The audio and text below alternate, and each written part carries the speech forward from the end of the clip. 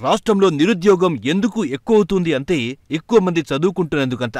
సాక్షాత్తు విద్యాశాఖ మంత్రి చెప్పిన మాట ఇది. మరి నిరుద్యోగం పెరిగిపోతుంటే ఏం చేస్తున్నారని అడిగితే పేదవారికి ఫీజు రియంబర్స్మెంట్ సౌకర్యం తొలగించామంటున్నారు. అసలు చదువుకున్న వాళ్లే లేకపోతే ఉద్యోగాలు అడిగేవాళ్లే ఉండరు కదా అని ఆలోచిస్తున్నట్టుంది తుగ్లక్ సర్కార్. కావాలని రాష్ట్రంలో నిరుపేదలను నిరాక్షరాస్యులుగా మార్చేసే కుట్ర జరుగుతోంది. ముఖ్యమంత్రి జగన్మోహన్ రెడ్డి గొప్పలు చెబుతూ ప్రారంభించిన విద్యా దీవెన పథకం ఇప్పుడు మూలన పడింది.